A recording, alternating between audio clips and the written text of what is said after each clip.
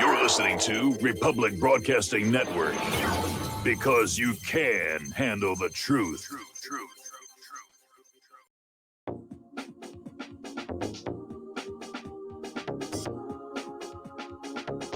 What really happened with your host, Mike Rivero, because World War III is a really bad idea.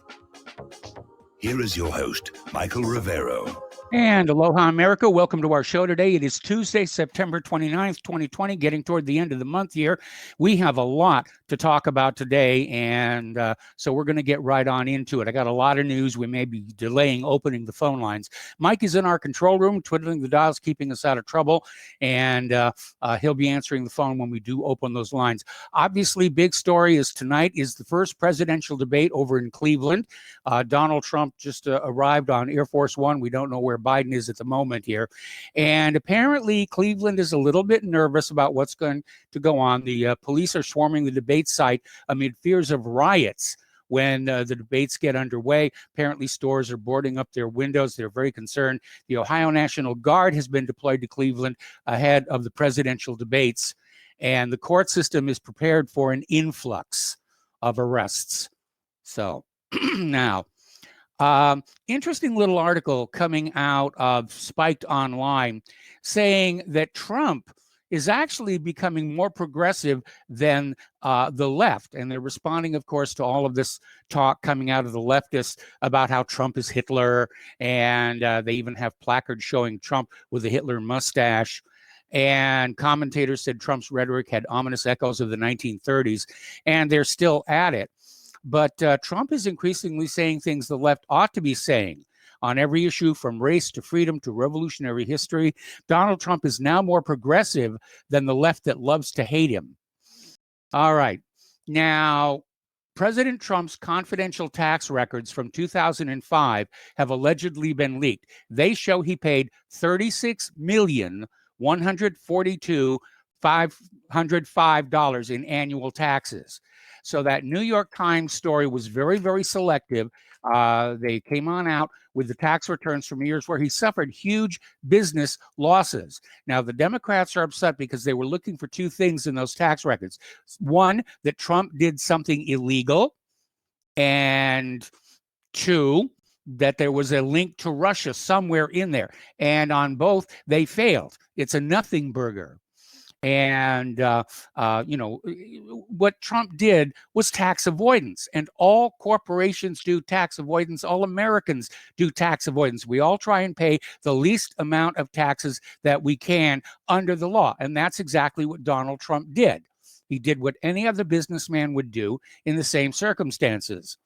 Now, apparently, Donald Trump, when he was going through his huge business loss failure, he was held up not by Russia, but by his reality TV show. He made $427 million.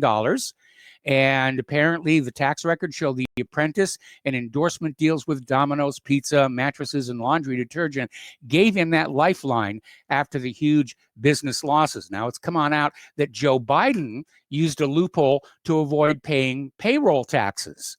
So everybody does it. It's not a big deal. But Biden is probably going to try and make a big deal about it because most average Americans don't understand how the tax laws really work. And Biden is going to say, Trump is avoiding taxes. Well, yeah, everybody tries to avoid taxes. Show me one American, who'll like put a couple of extra zeros on that check to the Internal Revenue Service and say, here, I feel like giving you more. Because if there is such a person, they should not be allowed to drive in public, in my opinion here. All righty, we're seeing a lot more stuff coming on out about irregularities in the voting process. Voters in New York City have received mail-in ballots for the 2020 presidential election marked for military use, despite never having served in the armed forces, which is causing confusion and concerns over whether the ballots can or should be used. The misprint makes it appear that the voters received an official military absentee ballot instead of a military/absentee ballot, leaving several borough residents who received the documents, including two Post journalists, worried that their votes might not be properly tallied. The system is a mess here. Okay, there's been yet another tape coming from Project Veritas, a second ballot harvesting video featuring an apparent purchase of a ballot from a Somali resident of Minnesota. The video then features several allegations made by local Somalis regarding the alleged scheme, including direct involvement by Representative Ilhan Omar. Biden's Texas political director was caught on video filling out ballots for dead people and homeless people. So he's been formally accused of helping to run an illegal ballot harvesting operation, according to two separate affidavits filed Monday in the Texas Supreme Court. Two private investigators, including a former FBI agent and former police officer, testified under oath that they have video evidence, documentation, and witnesses to prove that Biden's Texas political director, Dallas Jones, and his cohorts are currently hoarding mail-in and absentee ballots and ordering operatives to fill the ballots out for people illegally, including for dead people and homeless people and nursing home residents in the 2020 presidential election. This election is so crooked, they're going to have to screw those ballots into those ballot boxes. William Barr has begun a voter fraud probe after the video showing a massive harvest by Democrats around the United States. Minneapolis police are opening an investigation into reports that Ilhan Omar supporters illegally harvested Democrat ballots in Minnesota. They're cheating. They're absolutely cheating. And Donald, you had 3 years to fix this system, and you didn't. You dropped the ball. And if the election gets stolen from you in November, you've got nobody to blame but yourself.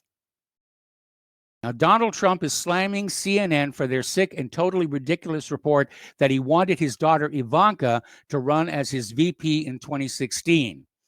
And he described the story as sick and wrong. Of course, CNN is coming out with anything they can to make Trump look bad here. Meanwhile, of course, Vice President Biden helped his son Hunter become fabulously wealthy by shaking down international governments and corporations, and you're not going to see that on the corporate media. The focus is on Donald Trump's taxes. Oh, he avoided paying taxes. Everybody avoids paying taxes.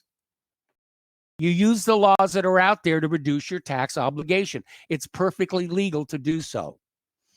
Anyway, this bombshell report that was produced by two Senate committees and released last week that the corporate media continues to ignore, continues to produce explosive details that should alarm anyone even thinking about voting for Joe Biden. Earlier reports noted that the document produced by the Republican-led Senate Homeland and Governmental Affairs Committee and the Senate Finance Committee found that Hunter Biden, the vice president's son, appeared to be involved in several shady dealings with foreign entities and firms, and that ranking officials within the Obama administration were well aware of them, while some even attempted to raise red flags but were rebuffed. For example, the report says the Obama regime knew that the appointment of Hunter Biden to the board of Burisma, an inherently corrupt energy company, created a huge conflict of interest for Joe Biden, who as vice president had been taken by President Obama to formulate U.S. policies aimed at rooting out corruption. All righty, another story. This one is coming out of Revolver.news. The truth about Hunter Biden's China entanglements is even more sinister than previously thought. A report revealing that Hunter Biden received a $3.5 million wire transfer from a politically connected Russian billionaire has recently overshadowed focus on Hunter's extensively documented financial entanglements with China. Revolver News has obtained access to a carefully crafted report offering important and disturbing information and context to Hunter's business dealings and relationships in China that suggest a renewed focus on Hunter's China connection is appropriate. Okay. Now, turning to protests and wokeness and the rest of it. Tremendous development in the Breonna Taylor shooting case. The witness who claimed he heard the police announce themselves prior to entering Breonna Taylor's apartment has now recanted. Now, last week, Kentucky Attorney General Daniel Cameron made the bombshell statement that the cops who shot Breonna Taylor won't be convicted, justifying their use of force as self-defense. In that justification, he explained that one witness confirmed the three officers' insistence that they knocked and announced themselves at Taylor's Louisville home. And it contradicted claims from Taylor's boyfriend, Kenny Walker, and 11 other residents who argued they didn't hear the cops identify themselves. Instead, Walker assumed he was being burglarized and fired a warning shot. Saturday, the sole witness claimed that he didn't actually hear the officers, Brett Hankison, Jonathan Mattingly, and Miles Cosgrove, announce themselves. So that is a new development that's going to keep the Breonna Taylor case in the public eye for a little while longer. All right, the Air Force is taking the first steps toward canceling any contracts for diversity and unconscious bias training that include segments on white privilege and other controversial subjects as called for by the White House. The Air Force's move follows a September 4th memo from Office of Management and Budget Director Russell Voigt, which alleged executive branch agencies have spent millions of taxpayer dollars training government workers to believe divisive, anti-American propaganda. All right, the Portland Proud Boys rally ends with no major clashes, despite fears the pro-Trump event would be targeted by Black Lives Matter. Police say a right-wing Proud Boys rally and counter-protests in Portland, Oregon have largely dispersed without serious violence, although they are investigating an assault after one person who was documenting the event was pushed to the ground and kicked in the face. About 1,000 people gathered at the Proud Boys rally in Delta Park on Saturday, while a group of 500 left-wing counter-protesters massed in nearby Peninsula Park, leading to fears of clashes. All right, let's talk about COVID-19, coronavirus. It's still out there, and I'm going fast because I got a lot of stuff to get through. The head of the United Nations has warned there is no end in sight to coronavirus after the number of global fatalities hit the mind-numbing level of 1 million. And it's time to start asking, what is the real agenda behind all of this? Because 1 million is a big number to an individual. But when you look at the total population of planet Earth, of 6.5, 7 billion people, 1 million is a tiny, tiny percentage. And this is a far cry from a slate wiper like the 1918 so-called Spanish flu. So there's something else going on, and it has to do with these face masks, which are totally useless. I got an email from somebody today saying that, when you wear that face mask and you breathe, it fogs up your glasses, which means whatever you're breathing out gets around that mask. And so it's really not effective. New York City is warning several neighborhoods could be put on strict lockdown today, with all non-essential businesses closed, a ban on gatherings of more than 10 people, and schools shut down amid a deeply concerning surge in COVID-19 cases. All right, let's get back to Armenia and Azerbaijan, because that is one of 4 hotspots where World War III could erupt here. Fighting that erupted on Sunday between Azerbaijan and ethnic Armenians in the contested mountain enclave of Nagorno-Karabakh continued throughout Monday. Officials in Nagorno-Karabakh said 26 more of their soldiers were killed Monday evening, bringing the total of dead Nagorno-Karabakh troops to 84. 11 civilians have been reported killed in the fighting, 9 on the Azerbaijan side, 2 on the Armenian side. So far, no Azeri military casualties have been reported.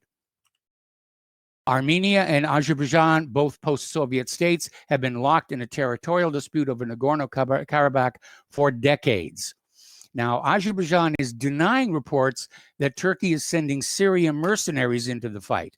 Azerbaijan rejected the statement from Armenia that claimed Turkey had sent Syrian mercenaries to support Azeri forces after heavy clashes in the disputed Nagorno-Karabakh region. On Sunday, fighting erupted between Azeri and Armenian forces in the disputed area and continued on Monday. Turkey is throwing its weight behind brotherly Azerbaijan in a fresh escalation. They're promising support both on and off the battlefield. Turkish Foreign Minister Mevlut and I cannot pronounce this last name, I'm sorry, announced on Tuesday that Ankara will stand by Azerbaijan in the face of what he described as Armenian aggression, and offered both diplomatic and military assistance. Speaking after a visit to the Azerbaijani Rented Lips embassy in Ankara, he told the press that the only way the fighting will end is if Yerevan rolls back on the occupation of Nagorno-Karabakh. Now, there's new footage has surfaced of tanks being obliterated as Armenia and Azerbaijan forces battled overnight. Turkey is accused of supporting genocide as Armenia vows to use more destructive weapons. Apparently, there's a thought that F-16s will enter the battle, and that will bring in the use of Iskander missiles on the other side here. Now, that's one flashpoint. There's another one over there, and it's Greece and Turkey. Tensions between Greece and Turkey that became a geopolitical crisis in the East Mediterranean appear to be finally subsiding after Ankara withdrew from Greece's maritime space the Orok Reis Turkish research vessel and the warships escorting it. Since Turkish President Recep Erdogan initiated the crisis at the beginning of August in search of oil and gas deposits in Greece's maritime space, his administration, along with Turkish media that is 90% controlled by the government, continually makes the claim that Greece must demilitarize their East Aegean islands as stipulated by the 1923 Treaty of Lausanne. The Treaty of Lausanne set the borders of the modern Greek state, with the exception of the Italian-occupied Dodecanese Islands that reunited with Greece in April 1947 after the signing of the Paris Peace Treaty between Italy and the World War II allies. It also set the borders for the modern Turkish state. So what is this really all about? What is the conflict between Greece and Turkey all about? Basically, if things between Greece and Turkey don't cool down, there will be a new European Mediterranean war ensuing. And such a war would not merely be European, but Euro-Asian, and at its furthest reach, global. So that's another one of the hotspots we have to keep an eye on. Now, over in Israel, Netanyahu is not ruling out a preemptive strike against Iran. Last month, Israeli Prime Minister Netanyahu denounced the UN Security Council's decision not to allow an extension of the arms embargo on Iran as scandalous, adding his country is set to continue jointly working with the United States to thwart what he called Iranian aggression. Pot, meet, kettle. Israel has not ruled out a preemptive strike against Iran, Netanyahu warned during a memorial service on Tuesday for those who fell in the 1973 Yom Kippur War, an Arab-Israeli military standoff. He said, a preemptive strike is a difficult thing to do. I know that if Iran wants to base itself in the north, we are ready to fight them. This is a direct lesson from the Yom Kippur War. Basically, Netanyahu asserted that Iran will do everything, or rather Israel will do everything in order to protect the state of Israel. We are not ruling out a preliminary strike. That's another of the hot spots we need to look at. Meanwhile, Iran's military is reporting they've made a deal with the Syrian government to help rebuild their air defense systems and have signed a new contract to begin when the Iran arms embargo expires next month. Details of the contract are unclear, but Iranians said they're ready to export some arms with the embargo's expiration. The likely arms are Sayed-2, as the Syrians have S-200 launchers, which are compatible with the Iranian missiles. Syria has invested a lot in air defenses over the years, but over the past year, they've lost a lot of capacity in some parts of the country, facing near constant Israeli attacks. The systems are mostly bought from Russia, but Iran's compatible parts may be cheaper. Meanwhile, the Trump administration is preparing even more new Iran sanctions. The exact wording is still being worked on, but the Trump administration is preparing to introduce a new round of sanctions against Iran in general and its financial sector in particular. The goal, an executive order from Trump imposing these before the election. Again, how it works isn't confirmed, but the idea is to prevent every last avenue of legal financial exchange for Iran. Since this is already effectively the case with existing sanctions, the changes are likely to be minor. These new restrictions will be presented as closing loopholes, and some officials are saying that the real goal is to prevent Joe Biden, if he wins the election, from easily reversing the sanctions and returning the U.S. to the nuclear deal. Iraqi Premier Mustafa Kadhimi came out of his recent visit to the United States with talk of a U.S. drawdown and potential outright pullout from the country, just like they're getting ready to do up in Afghanistan. As it stands today, Iraqi officials are expressing real concern that the United States could be about to start yet another war in the country. And the concern is the U.S. threat to evacuate the Iraq embassy raises the possibility of a new war. All of the signs are there. The U.S. is threatening to close the embassy. It's making preparations to evacuate diplomats over the recent rocket attacks in the vicinity of the site. Now, of course, not surprisingly, when they issued that threat to close the site, the number of rocket attacks increased. Okay, we have to take a break for commercials, and we will be right back.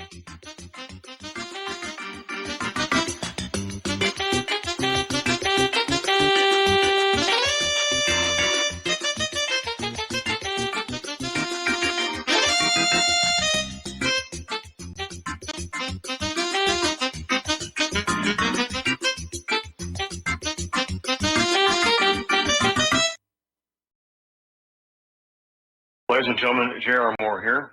We have a special promotion going on at Republic Broadcasting. This is a fundraiser for Republic Broadcasting involving the Energy Cleaner. Mail me a postcard. My address is at my website at thelibertyman.com. We pick a postcard every other Thursday. When your postcard is drawn out, you get to buy an Energy Cleaner for $215 instead of $285, $70 discount. $200 goes to Republic Broadcasting. You also get a 10% discount on my mattress pads. So get those postcards in, put your name, your telephone number, your email address on there, and when your postcard is drawn, you get to get an Energy Cleaner for $215 instead of $285. Mattress pads, 10% off. Help us out at Republic Broadcasting and help yourself to get an Energy Cleaner at a deep discount. It's a win-win situation for everybody. We hope you can get these postcards in soon. Thank you very much. Folks, we're living in a world the likes of which we've never perceived any clearer than we do now. The plan for global governance has been in the works for generations and would have likely been achieved by now, but for the fact that the globalists left open their Achilles heel. With all their tools, Federal Reserve System, fiat currency, no child left behind, and then Common Core education introduced to our schools to dumb us down, vaccines, pharmaceuticals to lobotomize us, GMO foods, insertion of compromised or bought and paid for politicians, judges, mainstream media propaganda, all pieced together like a puzzle designed to ultimately bring the world under submission. But with all their strategy, they forgot one thing: knowledge. And knowledge is power. With knowledge, their bombardment is nullified. Folks, with that, as brilliant and knowledgeable as you've become, among the wisest audience of any radio audience in the world, and you are, I want you to take a moment to reflect and ask yourself, how much of that knowledge did I obtain from Republic Broadcasting Network? How high has my consciousness been raised since I've been a listener? How fast am I now able to discriminate truth from fake news by being a Republic Broadcasting listener? How clear am I now able to see the world since I've been listening to RBN? Ask yourselves those questions, folks. Then ask yourself, what is that knowledge worth to me? Like my morning coffee, how would I survive without it? A voice of truth in a sea of lies. Do we not all need to make sure it survives? Like public broadcasting, we are now finding we can only survive with listener support. Censorship, advertisers being attacked, truth itself being attacked. It's the only way through this. We at Republic Broadcasting humbly ask you to become a supporter. Look at your budget and make a determination of what Republic Broadcasting is worth to you and what you can afford on a monthly basis. Go to republicbroadcasting.org and pledge 20, 30, 40, 50, if possible, 100 a month or more if it's affordable. Click the donate button and become a regular monthly donor. Assure both us and yourself that Republic Broadcasting truth will continue to flow like that morning coffee. The network thanks you. We will not go down in the night without a fight. You can burn up our mosques and our homes and our schools, but our spirit will never die. We will not go down in Gaza tonight. Women. Welcome back to our show here. And a friendly reminder and nudge in the ribs that Republic Broadcasting Network isn't a perpetual fundraiser. And first and foremost, a heartfelt thanks to those of you who've already donated. It really does make a difference. We're trying to keep things going along the way they are. We don't have any corporate sponsors or angels out there. And in fact, we probably wouldn't take any large amounts of money from any individual or corporation because they'd start trying to control what we say and do here at Republic Broadcasting. So we really need you to step on up and keep us independent, to give you the facts that you need to make good decisions. So one more time, the postal address where you can send a check, money order, or if you prefer anonymity, is Republic Broadcasting Network, 2251 Double Creek Drive, number 302, Round Rock, Texas, 78664. The phone number where you can make a credit or debit card donation is 800-724-2719, extension 3. The network thanks you. Getting on back to the international news here, following on that story about how the closure of the U.S. Embassy in Baghdad may signal war. For the first time in nearly 2.5 years, U.S. jets launched airstrikes in Iraq from an aircraft carrier. The strikes were carried out September 23rd by 2 FA-18 Super Hornets from the USS Nimitz, this according to a spokeswoman for the Bahrain-based U.S. Fifth Fleet. The last such strike was by USS Theodore Roosevelt in March of 2018. So the jets are flying, the carriers are carrying, and so forth and so on here. All righty, the Emir of Kuwait has died, age 91. He had a good run here. The official spokesman for the Kuwaiti government called on the international community to take information from official sources and not pay attention to what is being raised on social media. But apparently, the announcement of the Emir, Sabah al-Ahmad al-Jabbar al-Sabah, came just hours after the Minister of Amiri Diwan Affairs, Sheikh Ali Jarrah al-Sabah, announced that the Emir's health was stable and he was receiving the prescribed treatment. Okay. Yemen's Al Masirah TV has published documents disclosing U.S. interference in the Arab country. A Yemeni television network has published a number of classified and top-secret documents from the U.S. diplomatic mission in the country, which reveal Washington's interference in the internal affairs of the country since many years ago. Imagine my shock. The U.S. Embassy's documents were publicized by the Al Masirah television network before the September 21st revolution, the 2014 popular uprising that toppled the Saudi-backed government of former Yemeni President Abd Rabbu Mansur Hadi, and included directives from previous American ambassador Gerald M. Feuerstein to the presidency on transfer of the so-called anti-terrorism units from the Ministry of Interior to the Defense Ministry. Okay. The U.S. Army has announced that a combat brigade from the 10th Mountain Division will deploy this fall to Afghanistan in a rotation to support Operation Freedom Sentinel. The 2nd Brigade combat team based at Fort Drum, New York, will replace the 10th Mountain's 1st Brigade combat team and participate in the U.S. counterterrorism mission against al-Qaeda and other terrorist groups, according to an Army news release. Apparently, an Army unit is also deploying over to Korea to deter China. Egypt is being rocked by demonstrations as protesters demand Sisi's resignation. And there have been mass protests lately against the government of President Abdel Fattah el-Sisi over the past week, with demonstrators defying heavy-handed police crackdowns across the North African country, demanding his resignation. The protests continued across Egyptian cities and rural areas for the 7th consecutive day on Saturday over corruption and deteriorating living conditions in the country, with protesters holding placards and chanting slogans against Sisi's government. All righty. Recent confrontations in the Eastern Mediterranean, fueled by the prospect of exploiting offshore gas deposits, have raised fears of an upcoming clash in the region. The main contenders in the complex dispute are Greece and Cyprus on the one hand, Turkey on the other. The latter has advanced controversial claims over waters that are traditionally recognized as being under Greek and Cypriot jurisdiction. But other states are also involved due to geopolitical and economic interest, most notably France, Egypt, Israel, Italy, the United States, and Russia. While diplomacy is at work to prevent a destabilizing conflict, regional powers are also preparing for this scenario by conducting exercises and purchasing new armaments. Turkey has been expanding its military in recent years, often procuring important weapon systems from Europe or the United States. All right, let's talk about the economic news now. Okay, will Democrats street 50 million Americans? Okay, the rent is due Thursday the 1st. And they're saying 50 million Americans are behind in their rent and mortgage payments. Their next payment is due Thursday, October the 1st. Nancy Pelosi said she will keep the House in session until they pass a second stimulus bill. But she insists that addition to preventing 50 million from going homeless, that they add $1 trillion+ to bail out blue state governors and mayors to save their jobs, something the Republicans are opposed to. We got to take another break for commercials, and we will be right back.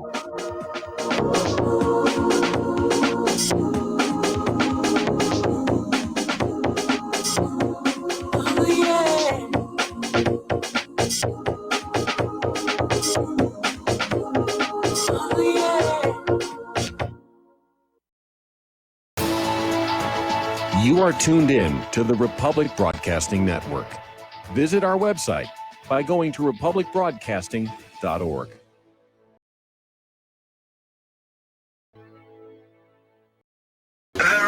Broadcasting Network late night premiere show, The Red Pill Hardcore, is hosted by activists that want to hear from you, the listeners. So that you can get involved in the activism, please call in at 800-313-9443 at 10 p.m. to enter the discussion. To book yourself as a guest, call our studio at 202-657-5715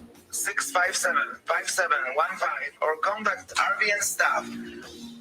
Remember, keep it real and take the red pill.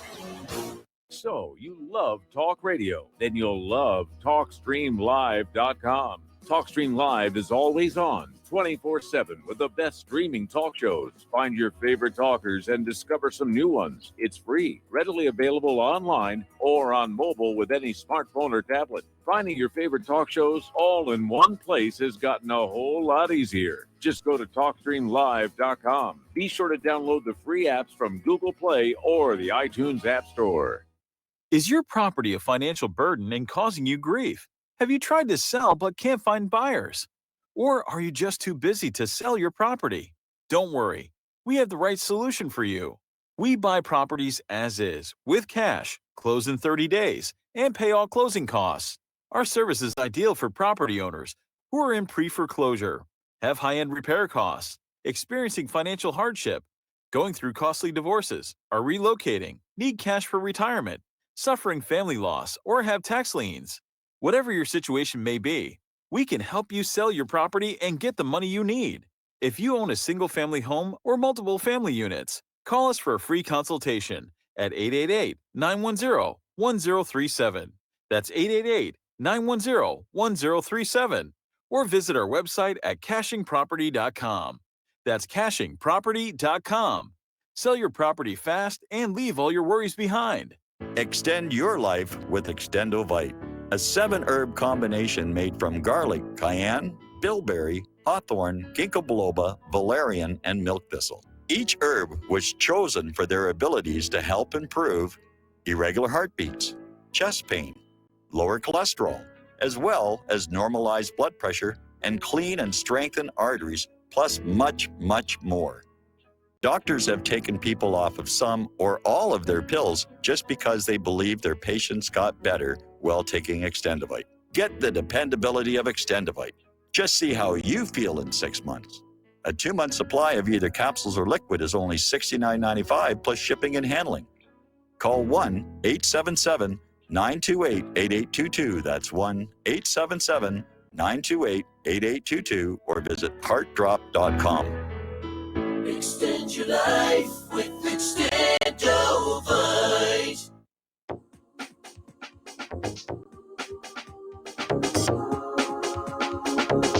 What really happened with your host, Mike Rivero.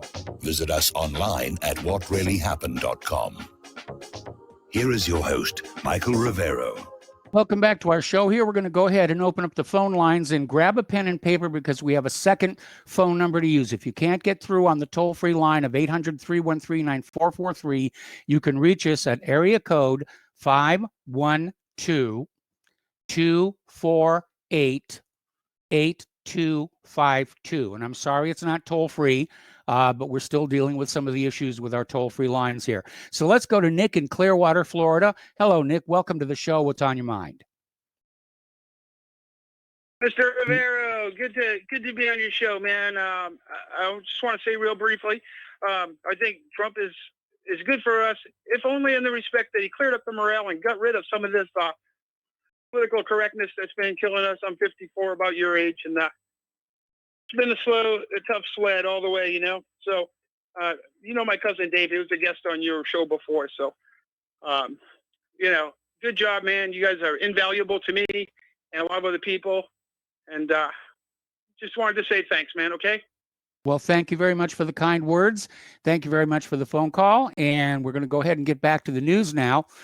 So the hosts of the Kaiser Report, Max and Stacy, look into the recent revelations by the U.S. government that 5 global banks have processed trillions of dollars in suspicious transactions. Apparently, a our ordinary account holders aren't enough for them to run their business.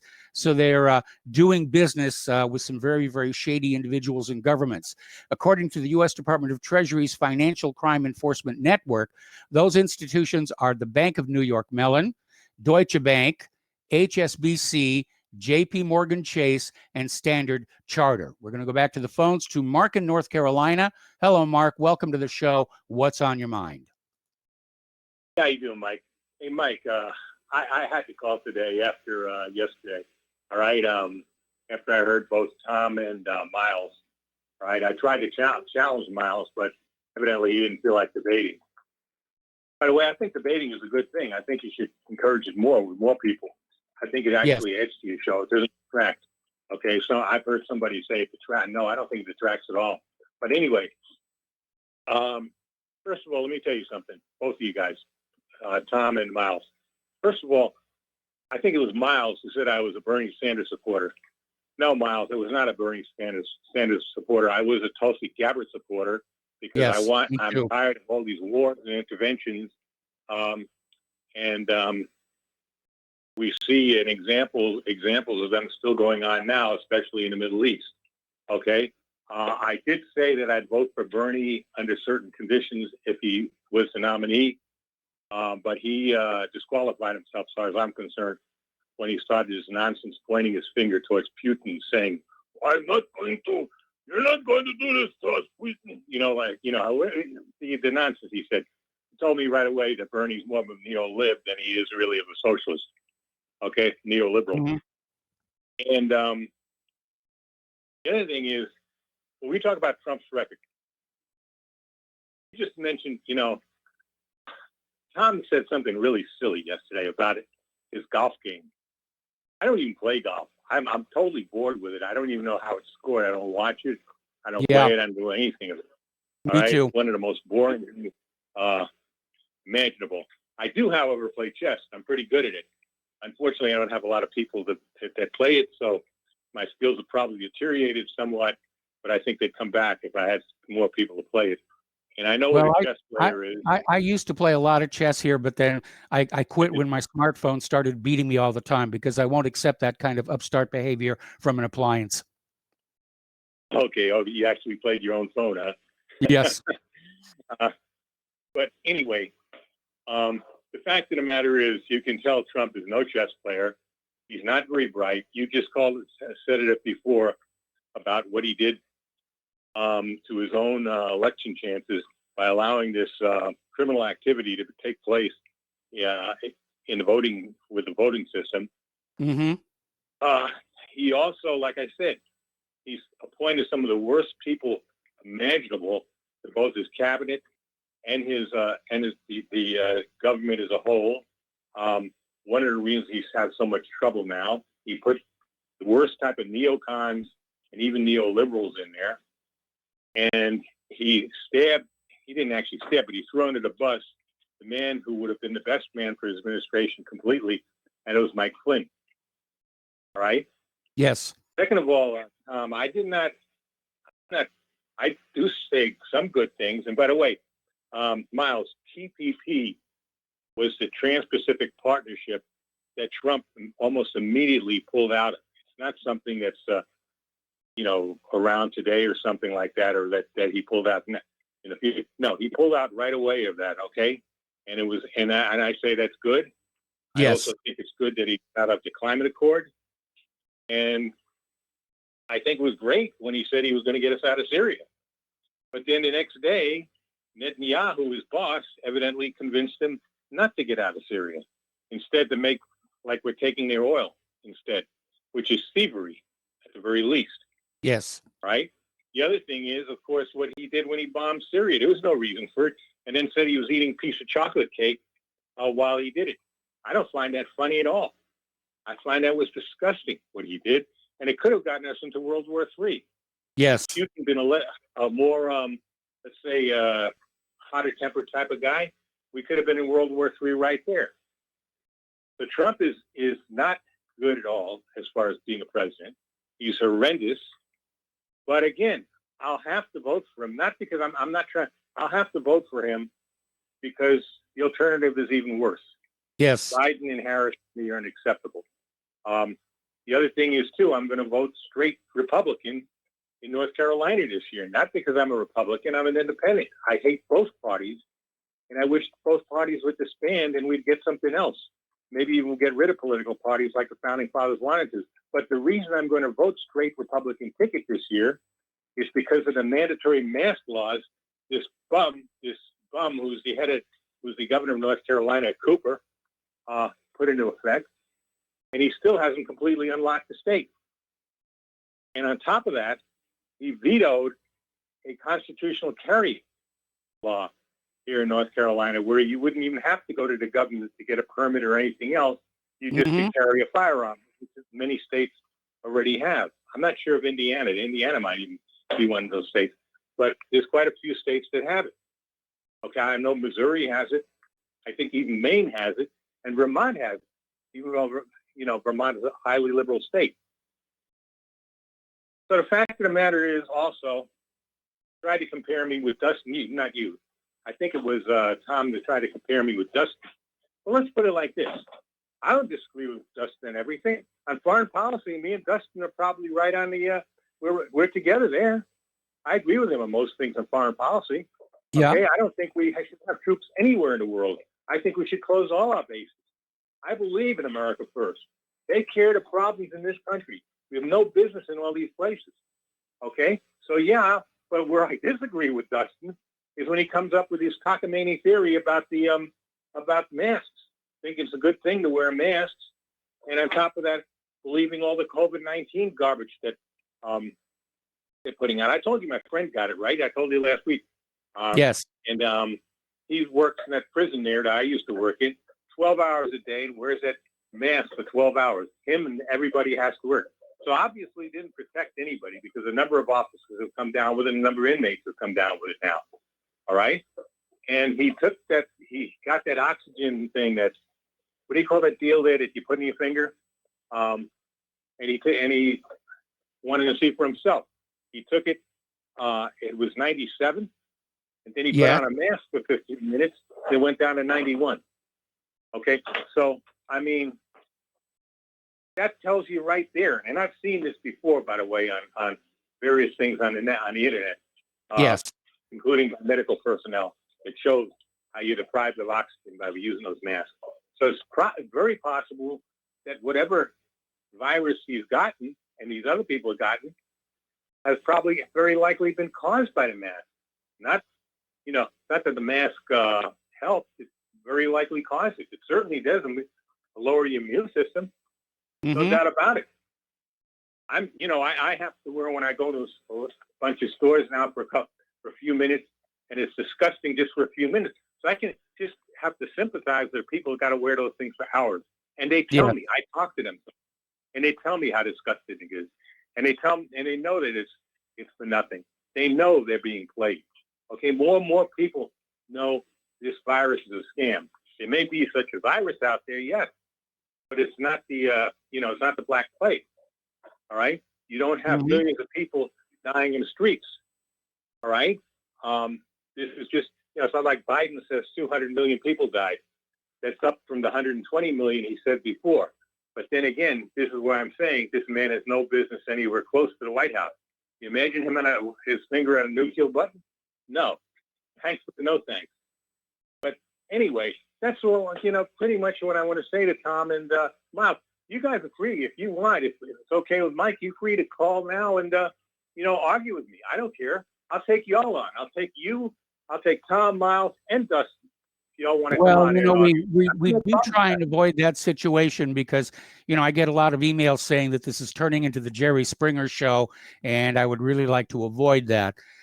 So all I ask is for the callers to come on, make their points, be respectful, no personal attacks, and, just keep the dialogue, polite and respectful. Sure. I understand that. I do think it's kind of entertaining, though, when you have more than one person, when you argue, as long as it doesn't go like you said. Jerry Springer got into the cursing, the fighting, and all that stuff. It doesn't have to get like that. But anyway, but I understand, people thinking like that.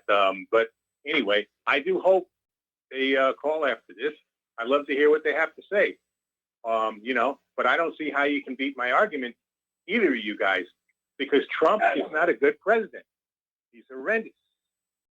Just that we have no choice now because of, the shenanigans both parties did, how they deprived Tulsi of even getting into most of the primaries, and how they pulled the strings to get Biden in there, and now Harris, who didn't even get 1% of the Democratic vote.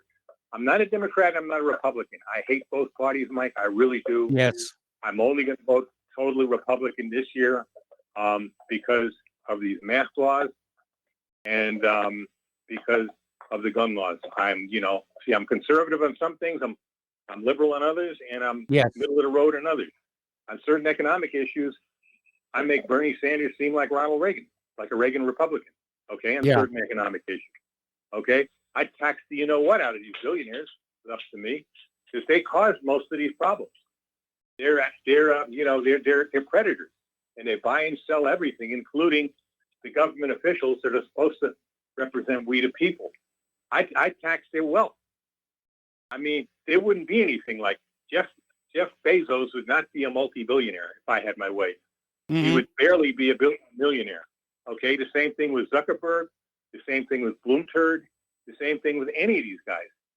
All right, I have no use for them, Mike, and I'm like I said, I'm not a conservative and I'm not a liberal, and I'm not a libertarian either. Some things about the libertarians I like, but not everything, because I do think we have to sometimes kick some of these these rich people in the behind. Okay. Yes. Because otherwise they'll do it to us. And that's what's happening right now.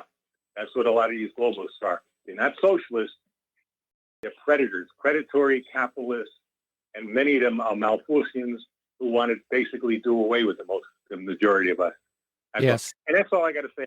These guys call again. I'd be happy to hear what they have to say. All right. Well, thanks an awful lot for the phone call. I'm going to switch over to James in Charlotte. Hello, James. Thank you for waiting patiently. What's on your mind today? Yeah, Mike, how's it going? Going fine. I want to talk a couple of things about the Trump's tax return information that was released. Just one thing that happened to occur to me with Biden releasing his last year's tax return a couple of hours ago, I guess to try and spring something on Trump before the debate. I was thinking if the Trump organization would just release all of their withholding and Social Security taxes that they paid on their employees for the last few years, I'm sure it would be many times what Biden paid in income tax. It would be huge. It would definitely be huge. And Biden skipped payroll taxes by using a loophole apparently involving S corporations. Yeah, I happened to notice that. I didn't really take a close look at it, but I just did happen to notice it. Mm-hmm. But one thing that this information that was released illegally or was obtained illegally, yes, I hope they find out how it happened. But it shows. I'm assuming. It shows that Trump's all of this. Deduction, I'm not sure exactly how it was claimed, but the fact that he hasn't paid taxes for the last several years, and he's under audit, which people have been claiming that he's just lying about that, but apparently it proves that he was telling the truth about his previous returns being under audit. And he's probably been under audit since he started into the real estate. Probably. Ultra rich people, they deal with audits all the time here. But again, what Trump did was avoid paying taxes, which is something every American tries to do. And there was nothing illegal in what he did. And same thing with Biden using S corps to get out of paying payroll taxes. That's perfectly legal as well. It's a loophole, but it is there. But the Democrats are really angry because they were hoping there would be something inside those tax returns that would link to Russia, to bolster the whole Russiagate claim. And they're very angry it wasn't there. Yeah, they didn't find. I'm sure they were just hoping they would uncover a real rat's nest of criminality there, and they found nothing really that they could come back on him. So, but if like I said, if the Trump organization would just release withholding and Social Security taxes, it would probably be several millions of dollars in taxes, I'm sure, that they pay over the last between few years. between 2005 and 2007, I think the Trump organization, Donald Trump, paid something like $70 million in taxes. Yeah. Well, all right, James, income tax.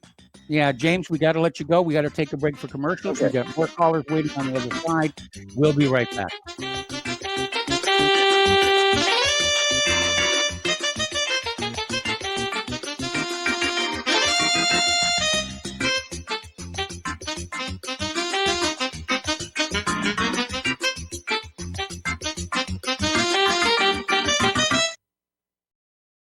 Homeowners, if your lender has gone out of business or sold your transaction to another lender or servicer, you may be the victim of a wrongful foreclosure, resulting in the loss of your home. If you've already lost your home, are in foreclosure, or even in good standing, you can challenge the mortgage transaction's illegal issue, and your property can be restored to you, and your foreclosure can be stopped or reversed, and the mortgage transaction declared unenforceable. State laws, U.S. title codes, the Uniform Commercial Codes, and U.S. Supreme Court rulings have upheld that defective mortgage documentations can reverse or stop foreclosures and enforce property title claims in favor of the homeowner. We are having successes in stopping the process of foreclosure, the enforcement of the foreclosure judgments, the sale of property, and evictions after the sale. We are not attorneys, and we don't give legal advice. We are a professional team of legal researchers, providing forensic mortgage audits and expert witnesses. We have the knowledge to produce the evidence and enforce laws regarding your legal issues. We've been in business for 12 years without a complaint. Consultations are free, and we provide a free title search to confirm if your mortgage has legal defects. Please call 855-253-3748. 855, the number 2, keep it today.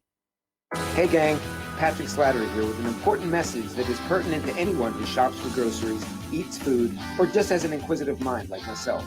What I'm about to introduce you to is a segment of our food culture that has been kept so low profile to the American public that virtually no one is aware of how dominant it is on our refrigerator and cupboard shelves. What I'm talking about is the kosher certification industry and a new app, Koshertified, that delivers a comprehensive education on all aspects regarding this little-known practice. After reviewing this app, I found that it is useful for practically anyone who purchases food, regardless of their religious faith or identity. Its database of products not kosher certified is a win-win convenience for all food-conscious people. So why not check out the kosherquestion.com or click on the link at nationalbugle.com and see how modifying your grocery shopping with the Koshertified app can make a huge difference for your future. Hey, honey, I'm home. I grabbed a newspaper on the way home. Look at all the news today. Don't you know that all you're going to get in the newspaper is propaganda, twisted news, and false information? Honey, this is a national newspaper. It has to be true. Ha! For some reason, the majority of the population believe anything the mainstream media tells them. The newspaper doesn't give out the important attention of what's happening to this country and news that affects our daily lives. Say, does that newspaper mention anything about the North American Union? No, not that I can see. I didn't think so. You need to go to www.newswithviews.com, where truth is more important than political correctness. That's www.newswithviews.com. Hey, don't throw that away. We can use that in the birdcage. Okay, move over. Let me start reading newswithviews.com. The truth? Read all about it at newswithviews.com. Newswithviews.com, where reality shatters illusion.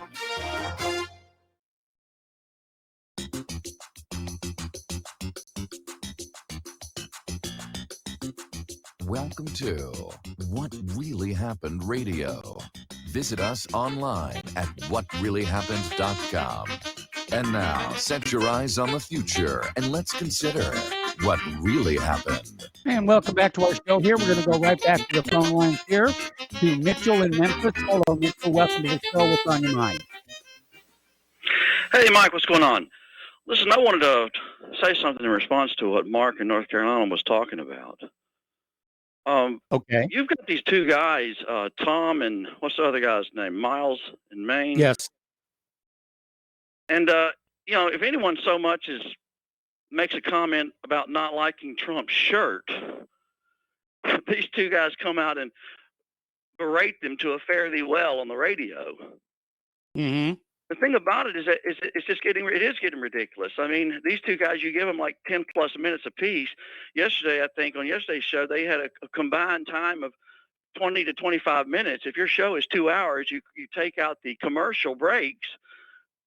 This is like 25% of the show is listening to these two guys. All right. I'll keep that in mind for the future. But let me make a point about yesterday's show, 9/28/20.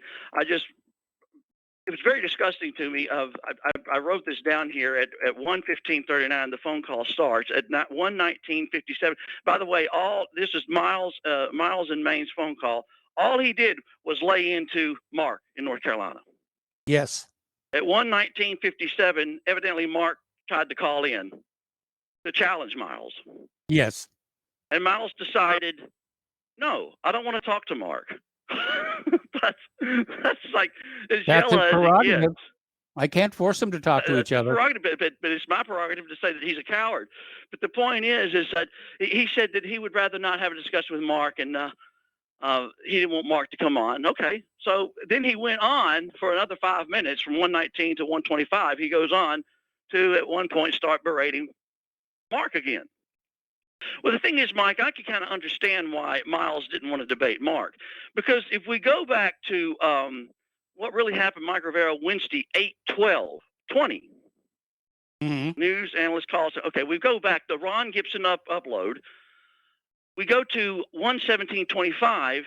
Miles is debating Mark again, and they're talking about Bolton or something, and Miles is saying, why did Trump even hire Bolton? Or excuse me, Mark is querying Miles as to why did he? And Miles says, "There's an old saying." After stuttering, he says, "There's an old saying. Sometimes it takes a crook to catch a crook." This is not Miles is supposed to be defending Trump, mind you. Yes. At 1:21:14, Miles says, "Who knows what Trump was thinking?" At 1:21:39, Miles says, "Trump is not a politician. He is not fast at figuring some of these motivations out." Mm-hmm. This does not bode well if you're trying to defend Trump. So Miles is basically making a fool of himself, making foolish statements. And this is a beautiful one here. At 1:21:50, Miles from Maine says, "I'm looking for the next term to see what the real Trump, This is equivalent to Nancy Pelosi. You got to pass the bill to read it." Yeah. So wrapping up here, of course, Miles doesn't want to debate Mark from North Carolina because he's going to make a fool of himself. But that's very yellow. But real quick, Mike, Tom, let's go to Tom real quick. Tom was debating Mark. Mitchell, stay on the line. I got to put you on hold. We got to take a break for station identification. I'll come right back to you after these few words.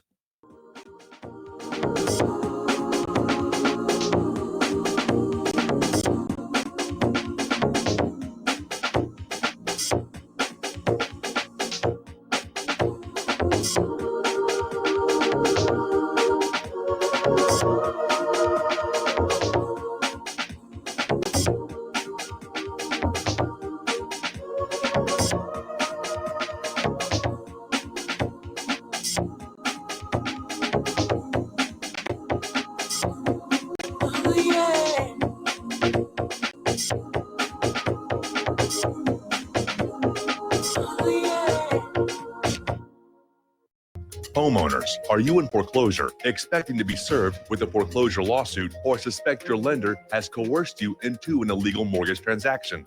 A huge number of mortgages made in the last 10 years have legal issues and are possibly defective. State laws and the U.S. Supreme Court have upheld that defective mortgage documents are grounds for foreclosure defense and for counterclaims in favor of the homeowner. If your mortgage has been sold or assigned since closing the loan, it may be defective and you may be paying the wrong party, and the lender may not have standing or the right to foreclose or collect payments under the law. If you would like to know if your mortgage is legal or not, or know if you are paying the right party, we can help. Our initial consultations are free of charge. We are not attorneys. We are legal researchers and work closely with experienced lawyers who know how to help you find the evidence to help you keep your home. Call toll free 1-855-2-KEEP-IT. That's 1-855-2-KEEP-IT today. This is RBN, the Republic Broadcasting Network.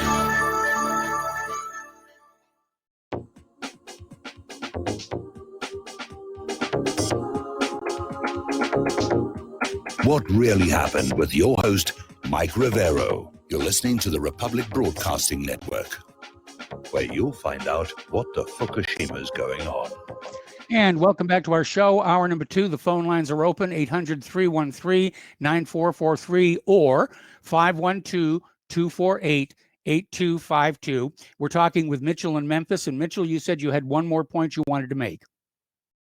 I wanted to make the point because I was talking about Miles and Tom always laying into people when they say something that they don't like, something bad about Trump. But at any rate, I noticed here at 8620 on the show, at the 1:16:58, Tom was debating Mark from North Carolina, and Tom said, Mark, you've got your opinion. Opinions are like, what?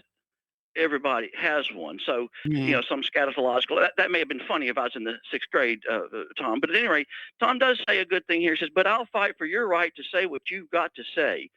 That's what we have. That's why we have freedom of speech. Yes. And it's fantastic. So that was good, Tom. That was good. In 8:25:20, Tom again was talking. Tom from Florida says, I may not like what a person has to say, but I'll fight for his right to say it. So once again, that same good message, freedom of speech. But look at this, Mike, 7120. Look at that, 7120 on your show. Tom at 11808 says, Tom says, I want to repudiate and muzzle that guy Mitchell from Memphis yesterday. Mike, I'm Mitchell. Yes. That's me. Tom wanted to muzzle me.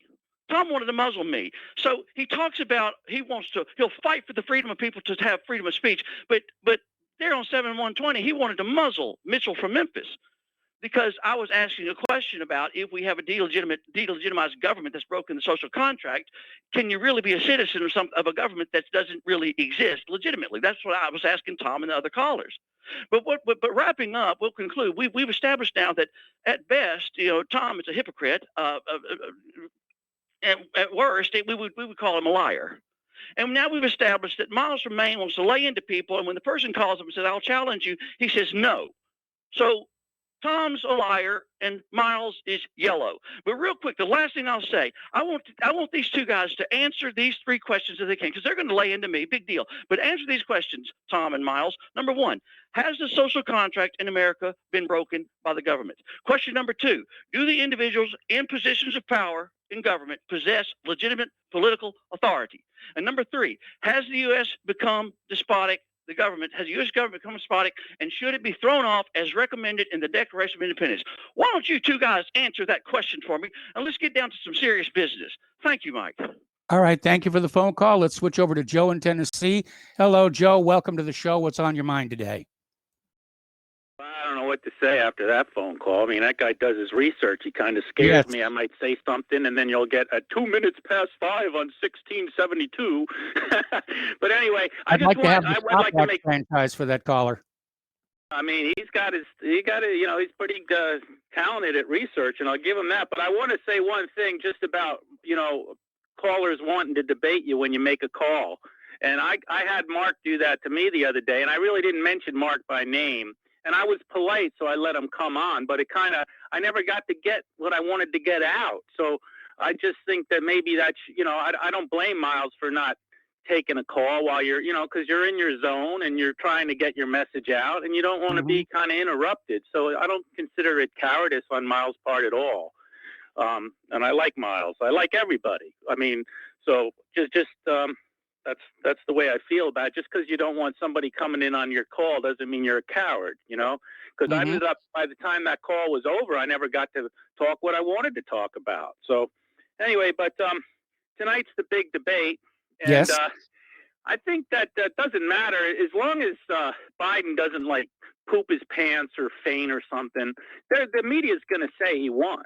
So, Yes. but at the same time, it's not about the media. It's always been, by having a debate, you go around the media. The best thing to do is watch the debate and then go to bed. Don't listen to the after debate. People tell you what you just didn't see, but what they saw that they're supposed to promote. So Yes. in a way, it's an end run around the controllers in the media, which I always think is a great thing because it gives you exposure without, the propaganda and the agenda that the media has. And anytime that Trump is involved in that with his opposition is positive because, of course, the media is always going to be anti-populist and anti-nationalist, and therefore it's an advantage for Trump to have events like this. But don't expect them to say that Trump won. I mean, unless it's something like totally bizarre, like Biden goes into a ball and starts wetting himself. Other than that, they're going to say how Biden won. You can guarantee it. Well, I don't think many people are going to be listening to the corporate media analysis of the debate. Whatever happens tonight is not going to affect Trump's base. They're pretty much rock solid. What Biden's task is to reassure his base that he really is capable of handling the job. And so, frankly, if there's any stumbling, if there are any gaffes, if he loses his train of thought, it's going to work very much against him. Right. Now, these debates are for the independent and undecided voters at this time. Yes. Both bases are in their place. But well, Biden once could again, Biden could lose some of the voters who are going to vote for him if he goofs up tonight.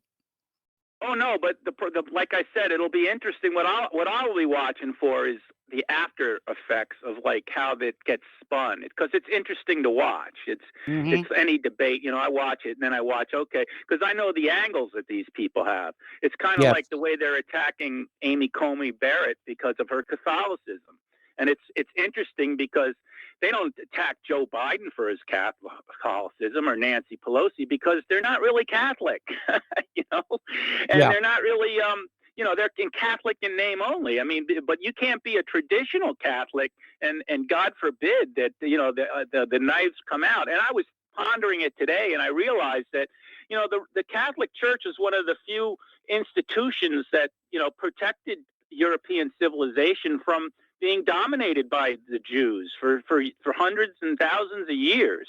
The Protestants were the ones who really kind of caused a lot of trouble using Jews or Jews using Protestants to attack the church. So I can see why the controllers and the money people, they hate Catholics, because the Catholic Church did a darn good job for centuries of keeping, the Jews from totally dominating their societies, whereas now the Jews basically kind of own us, and they own most of Europe, and maybe not in Russia because of the Orthodox Church, and maybe not in Poland because the Catholic Church is very strong there, and so the Catholic Church is, it's been really corrupted with the child molesting and all that, but historically it really has been a bulwark against attack by godless atheists and the Jews. So that's probably part of the reason why, you see this hatred of Catholics in this country. Because if it isn't the Jews that hate them, it's the evangelicals who are pseudo-Jews that dislike them also. So, it's kind of funny that this stuff is still around, goes back to the know-nothings in the old days, the plug uglies, all that stuff, it kind of never went away. It's just under the surface now. Everybody's well-mannered about it. But if you can scratch the surface, I know there's a guy named E. Michael Jones. I don't know I'm sure you've heard of him. And he puts out a magazine called Culture Wars that I subscribe to.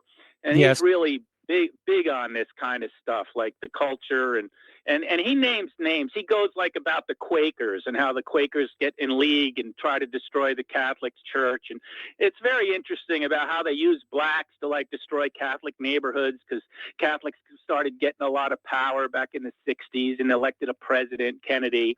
And then all of a sudden they started using, blacks and building, black apartment houses in Catholic neighborhoods. And they destroyed areas of New York. And, well, you know the story. But anyway, just if any of your listeners are interested, his name's E. Michael Jones, and a lot of his writings are on the internet. You can see interviews with him on YouTube.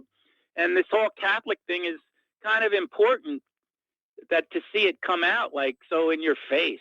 And if people can just get educated to the history of it and the motivations behind it, besides just the Supreme Court, I think it'd be a good educational thing for everybody. But I've taken up enough of your time, Mike, and thanks for hearing me out. All right. Well, thank you for the phone call. We're going to switch over to David in Boston. Hello, David. Welcome to the show. What's on your mind? Hi, Michael. Well, now I've kind of changed my subject. Why I was going to call. Well, I'll ask you this first off, Mike. You've heard of Machine Gun Kelly? Yes. Have you ever heard of Tommy Gun Tom? No, I have not. Yeah, well, Tommy Gun Tom, yeah, he calls into your show on a regular basis from Florida. Oh, okay. I see where you're coming from. Yeah, I'm just teasing, you know. I really like Tom, you know. But see, he sprays that Tommy gun around, so he's not always on target. Sometimes there's a lot of collateral damage, you know, because he doesn't pick his shots carefully. He just takes that Tommy gun and just sprays it around the whole room, you know. But anyways, Tommy Gun Tommy, yeah, that's his sobriquet here for as far as I'm concerned. But hey, the last caller's name is who, Mike? Joe in Tennessee. About the church, huh? Joe in Tennessee. Oh, Joe, Mike, I have to, and I'm going to respectfully disagree. I'm not going to get in a cat fight. Like the last thing you need is another desktop and everything. But I respectfully have to disagree with. Would you say Joe from Tennessee? Yeah, Mike. It's my understanding. And, you know, none of us were alive back then, so we don't know for sure. We're just talking about, you know, we're just expressing our opinion, the best information we've gotten on different topics. But it's my understanding that it really was the church that empowered these Jews, maybe even, you know, unintentionally, but the church didn't allow usury. No Christian, no Catholic could practice usury. And if they were caught practicing usury, the popes or you know, and then the bishops and so on and so forth would excommunicate them if they were caught practicing usury. But the one exception to that was the Templars. Yeah, the Templars and everything. Yeah, but now with the Jews, the church just kind of winked and nodded and saying, hey, you know, Jews will be Jews, and yeah, they practice usury, but we really can't do anything about it because we can't excommunicate them because they're not members of the church. So those are just Jews being Jews. But boy, if any Christian, if any Catholic is caught practicing usury, boy, we'll excommunicate them, and even worse, we'll maybe even burn them at the stake. But you know, we'll let the Jews be Jews, and they can practice their usury. It's really part of their religion, and blah. So, to me, the church, by default, let all these Jews. That's why all the international banks to gangsters and everything are all Jewish and everything, Mike. So, does that make sense to you? Well, I think it's one aspect of a much more complex equation. But yeah, when you had the Christians and the Muslims both banning usury, it did give the Jews a certain financial advantage. Yeah. And of course, then the Jews started, you know, loaning money to the church and everything too, at low interest, and, you know, giving them preferential treatment and everything. That made the church even more tolerate the Jewish usury and everything. But anyway, since we're on the Catholic Church, Mike, this isn't what I originally called to talk about, but just one last thing I'll say. I was raised Catholic, but of course I disavow Catholicism. I rebuke and renounce it. But one thing, there's many things that I could how I could disprove the Catholic Church. But the one biggest thing in every Catholic church bulletin all across the country, Mike, even now, every Sunday, at least all back here in Boston and all through New England, because I go into, whenever I visit other states, New England states, I go into Catholic churches, I at least grab a church bulletin real quick. But they all have this thing.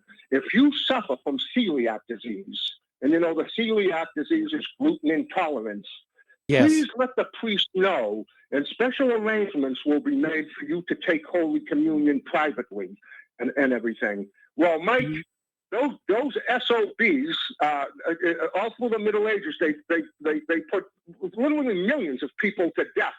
Protestants, like the Albigensians and everything, because the Protestants said, yeah, we believe in the Lord's Supper, but we believe it's only symbolic. But the Catholics insisted on this transubstantiation, that once an ordained priest consecrates the host and it turns into the literal flesh of Christ and the literal blood of Christ and all this. Well, if the priest has that power, an ordained priest, when he consecrates the host and it's transubstantiation turned into the flesh of Christ, well, why are these celiac sufferers still, if it's the flesh of Christ instead of still weak and just a little wafer, I see your point. Why are they suffering? Huh? I see your point. Yeah, so it proves that transubstantiation doctrine is crap, and it's not just semantics. Like I say, millions of Protestants were put to death because the church would insist that they confess that in the Lord, the bread and the wine literally becomes the flesh and blood of Christ. And if a Protestant says, no, we believe it's just it's symbolic. The wine is symbolic of Christ's blood, and the bread is symbolic of Christ's blood. But it's not actually turned in, and they'd be put to death and everything else. So that's sickening that people still believe in that. It means they're cannibals. Huh? It means they're cannibals. Yeah, right. It really is. It's cannibalistic, really, Mike, when you stop and think about it and everything. So I think that Roman Catholic Church is exactly what I believe the Bible says it is, the great whore of Babylon, and I believe the great whore is married. The great whore has, just like supposedly God is married to his church, the church is the bride of Christ and all that. The great whore has a spouse too. And the great whore is married, espoused to the great Satan. The great Satan and the great whore, and they fornicated, and they produced harlot daughters. These mainline Protestant denominations, when the great Satan and the great whore fornicated, they produced the harlot daughters that the book of Revelation talks about, these evil mainline Protestant denominations. The great whore and all her harlot daughters, So they've destroyed Christianity. They've destroyed the teachings of Christ and everything else. It's basically, I just call it Christian insanity, Mike. Christian insanity. So that stupid Eucharist and everything is certainly not the flesh of Christ, and the celiac disease sufferers have proven that it's not the flesh of Christ. Okay. And those damn phony priests, no, it's not either. That's why they make arrangements to give it Holy Communion to a celiac sufferer privately and everything, with a gluten-free host and everything. Yes. I can't believe that people still believe this stuff. Like it sounds like Joe sounds like a really smart guy, but it sounds like he still believes that superstitious stuff from the Middle Ages or something. But anyways, thanks for letting me go on for so long, and I'm looking forward to hearing from Tommy Gun Tom. Okay. Well, he's not in the call list yet, but we'll keep an eye out for him. Thank you for the phone call. We're going to switch over to Peter in Los Angeles. Peter, thank you for waiting so patiently. What's on your mind? Well, action a mile a minute today, Mike. One of the things I want to bring up is concerns the Catholic Church and Judaism and the economy and usury and everything else. So it's tying a lot of threads. Yes. There was an article, I think I may have sent it to you. I know you ran it, about how the housing market in the United States is now 1/3 owned by the Federal Reserve. Yes, the mortgages. So 1/3 of all housing. This is before Thursday, when everybody gets kicked out of their house, right? So there's going to be even more people. That percentage is going to go way up. But that is a direct result, Mike, of COVID, of people not being able to make their rents, not being able to do whatever. And I've made the point before that the Federal Reserve, the stock market is at a relatively high point, considering that nobody's making anything and nobody's buying anything. And yet the stock market's still at a pretty high place. It's because it's been, quote, propped up by the Federal Reserve, which means they've bought all these publicly held companies at 25 cents on the dollar. They control them. Now they control the housing. When we get the housing is only going to be more controlled by them. We know who they are, the central bankers. Okay, We know Peter, I got to exactly- put you on hold. I got to put you on hold. Don't hang up. I'm going to come right back to you after these words from our sponsors.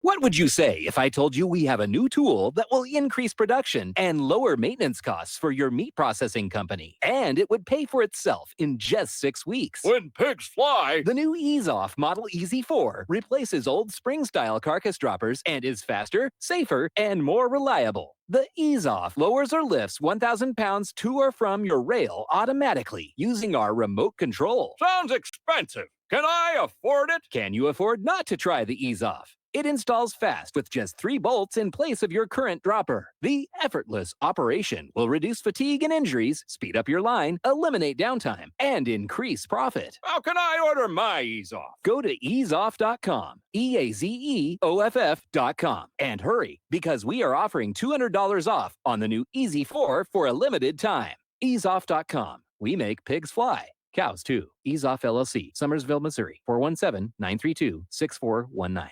Folks, we're living in a world the likes of which we've never perceived any clearer than we do now. The plan for global governance has been in the works for generations and would have likely been achieved by now, but for the fact that the globalists left open their Achilles heel. With all their tools, Federal Reserve System, fiat currency, no child left behind, and then Common Core education introduced to our schools to dumb us down, vaccines, pharmaceuticals to lobotomize us, GMO foods, insertion of compromised or bought and paid for politicians, judges, mainstream media propaganda, all pieced together like a puzzle designed to ultimately bring the world under submission. But with all their strategy, they forgot one thing: knowledge. And knowledge is power. With knowledge, their bombardment is nullified. Folks, with that, as brilliant and knowledgeable as you've become, among the wisest audience of any radio audience in the world, and you are, I want you to take a moment to reflect and ask yourself, how much of that knowledge did I obtain from Republic Broadcasting Network? How high has my consciousness been raised since I've been a listener? How fast am I now able to discriminate truth from fake news by being a Republic Broadcasting listener? How clear am I now able to see the world since I've been listening to RBN? Ask yourselves those questions, folks. Then ask yourself, what is that knowledge worth to me? Like my morning coffee, how would I survive without it? A voice of truth in a sea of lies. Do we not all need to make sure it survives? Like public broadcasting, we are now finding we can only survive with listener support. Censorship, advertisers being attacked, truth itself being attacked. It's the only way through this. We at Republic Broadcasting humbly ask you to become a supporter. Look at your budget and make a determination of what Republic Broadcasting is worth to you and what you can afford on a monthly basis. Go to republicbroadcasting.org and pledge 20, 30, 40, 50, if possible, 100 a month or more if it's affordable. Click the donate button and become a regular monthly donor. Assure both us and yourself that Republic Broadcasting truth will continue to flow like that morning coffee. The network thanks you. Some are maxed out all their credit cards. Some are working 2 jobs and living in cars. Minimum wage won't pay for a roof, won't pay for a drink. If you gotta have proof, just try it yourself, Mr. CEO. See how far 5.15 an hour will go. Take a part-time job at one of your stores. I bet you can't make it here anymore.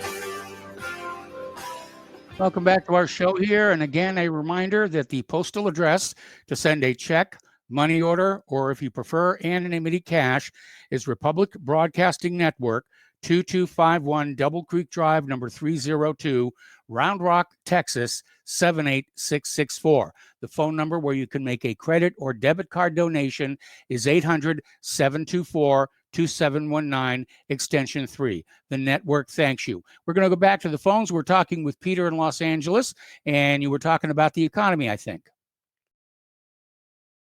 I was raising the point, Mike, that since COVID, the Federal Reserve, the central bankers, the Jewish central bankers, let's be clear, have bought up almost all of the publicly held companies or controlling interest of almost all of them in the United States, and not only the United States, but around the world, at 15, 20, 25 cents on the dollar.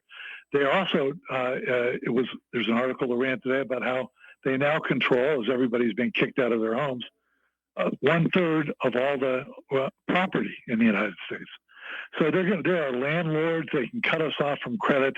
They can do whatever they want, pretty much. They own the government. It's against the law to criticize them in more than half the states. And that's what we're talking about here. When Joe from Tennessee made the excellent point about how they're attacking what's her name, the new judicial Tony Barrett appointee designate, for her Catholicism. How many people are aware out there that there's with 1.7% of the population, there are 4 Jews out of the 9 on the Supreme Court. Yes. And nobody ever talks about that. They're talking about Catholicism. Dianne Feinstein came right out, starts talking about doctrine and all that kind of, but who knows? Nobody raises a thing about that. Because why? Because the media is controlled by them too. And everything that you see and you hear and you read is influenced or shaped or outright controlled by them.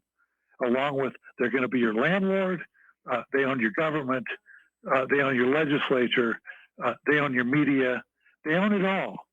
And that's the real thing that's going on here. And in the past, I think Joe was also right that the Catholic Church has been a bulwark against this. Not successfully, but who has been successful against these guys? They take over everything they get near. They subvert almost everything. And somebody else made one more point. How in the world did Trump appoint Bolton? Well, it's really clear how he did. And who was the idiot that asked that? That was an idiotic question because Sheldon Adelson picked him. Sheldon Adelson gave $100 million to Trump, and Bolton came in. And Gaza, the West Bank was given to Israel, and the Golan Heights given to Israel. That's why, because they bought their way in.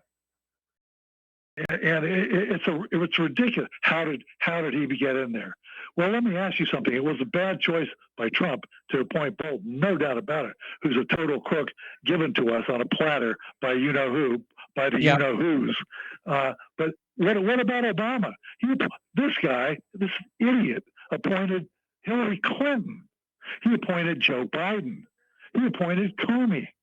He appointed Loretta Lynch and who's the other guy? The other horrible attorney general, Holder, Eric Holder. I mean, look who he appointed, and everybody knew they were all crooks. So whatever. Listen, Trump is a flawed product, but between the two choices, and it's a horrible choice. I agree with Mark in that the whole system needs to come down because both parties suck.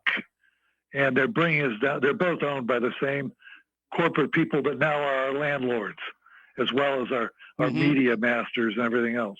But at any rate, there it is, Mike. That's my rant for the day. That's the big issue here. Okay. Are we going to be allowed really to exist in our own country?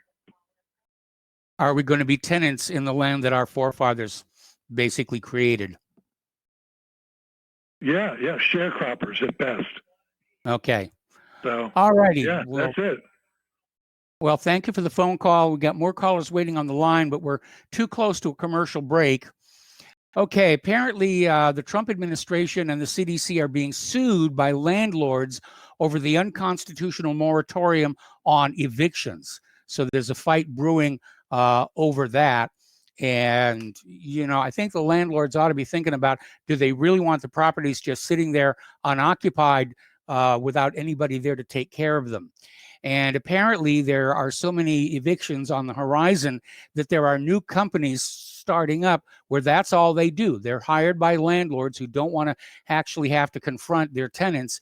And they go on out, they're calling it the Uber of evictions. And they're already running employment ads, be hired as an eviction crew.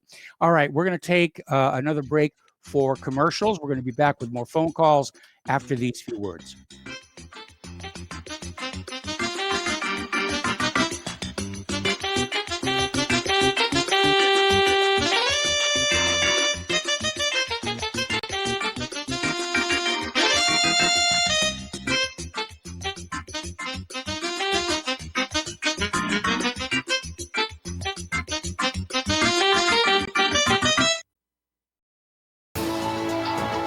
You are tuned in to the Republic Broadcasting Network. Visit our website by going to republicbroadcasting.org.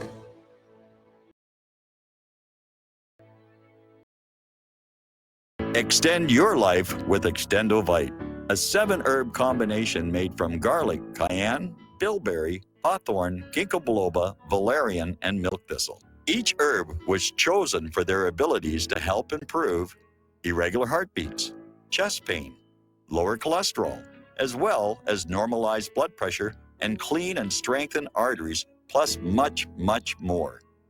Doctors have taken people off of some or all of their pills just because they believe their patients got better while taking Extendovite. Get the dependability of Extendovite. Just see how you feel in 6 months. A 2-month supply of either capsules or liquid is only $69.95 plus shipping and handling. Call 1-877-928-8822. That's 1-877-928-8822 or visit heartdrop.com. Extend your life with Extendovite. Here at Republic Broadcasting Network, we have been building our online store. Well, we have been focusing on bringing you the best talk show host in the country. Here at Republic Broadcasting Network, we also want our listeners to have products they can use every day and in times of emergency. We have added new products each week to our store. Your support of this network, plus products at the best prices, is a win-win situation. Check out our new store. Go to our website, republicbroadcasting.org, and click on the online store located at the top of our website. Together, we can continue to grow RBN and help our listeners prepare for the future. Go to republicbroadcasting.org and click on our online store or call us. 800-724-2719, extension 3. 800-724-2719, extension 3. Homeowners, if your lender has gone out of business or sold your transaction to another lender or servicer, you may be the victim of a wrongful foreclosure, resulting in the loss of your home. If you've already lost your home, are in foreclosure, or even in good standing, you can challenge the mortgage transaction's illegal issue, and your property can be restored to you, and your foreclosure can be stopped or reversed, and the mortgage transaction declared unenforceable. State laws, U.S. title codes, the Uniform Commercial Codes, and U.S. Supreme Court rulings have upheld that defective mortgage documentations can reverse or stop foreclosures and enforce property title claims in favor of the homeowner.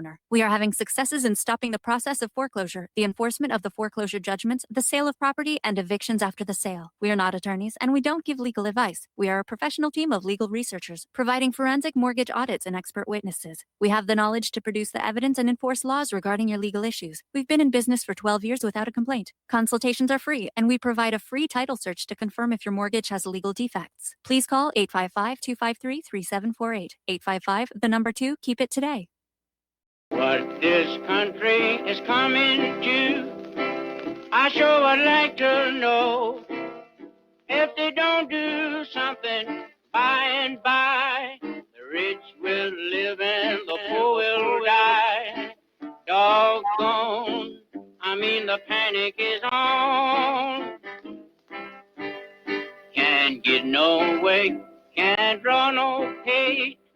Unemployment getting worse. Welcome back to our show here. We're going to go right back to the phones to Miles in Maine. Hello, Miles. Welcome to the show. What's on your mind today, as if I can't guess? Well, aloha, Michael. Aloha, Michael.